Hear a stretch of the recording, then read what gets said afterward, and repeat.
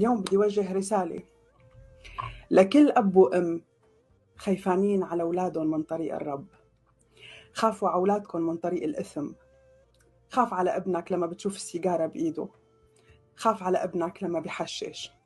خاف على ابنك لما بيرافق أبناء هذا الدهر.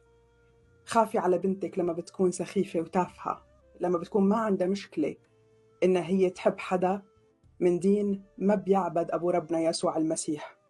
خافوا على أولادكم لما بيكون بيتكم مليء بالخطايا.